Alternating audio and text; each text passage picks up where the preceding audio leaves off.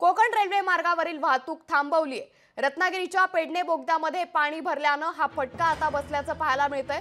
पाणी ओसरल्यानंतर वाहतूक सुरू केली जाणार असल्याची माहिती समोर आली आहे। कोकणात जाणाऱ्या काही गाड्यांचे मार्ग देखील बदलण्यात आले, तर काही गाड्या या रद्द करण्यात आल्या। दरम्यान याचाच आढावा घेतलाय आमच्या प्रतिनिधींनी, पाहूया। कोकण रेल्वे पूर्णतः ठप्प झालेली आहे, कारण पेडणे नजीक असलेल्या बोगद्यामध्ये जो रेल्वे ट्रॅक आहे त्याच्यावर मुसळधार पावसाचं पाणी आलं आणि चिखल साचल्यामुळे ही सेवा पूर्णतः बंद झालेली आहे। कालपासून जवळपास दुपारी 2:30 वाजल्यापासून ही कोकण रेल्वे सेवा बंद आहे। मुंबईकडे जाणाऱ्या बस ज्या ट्रेन आहेत त्या रद्द करण्यात आलेल्या आहेत, किंवा ज्या ट्रेन महत्वाच्या आहेत त्यांचे मार्ग बदलण्यात आलेले आहेत। अजूनही इथे काम चालू आहे ट्रॅकचं, की ही सुरळीत करण्यासाठी ट्रॅक सेवा ट्रॅकवर अजूनही पाणी आहे। स्वतः रेल्वेचे मुख्य अधिकारी सुद्धा इथे उपस्थित आहेत।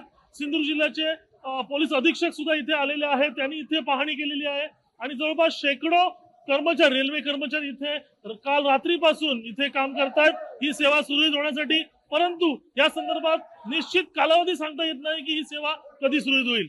कॅमेरा पर्सन अनंतसह रोहन नाईक, लोकशाही मराठी, गोवा।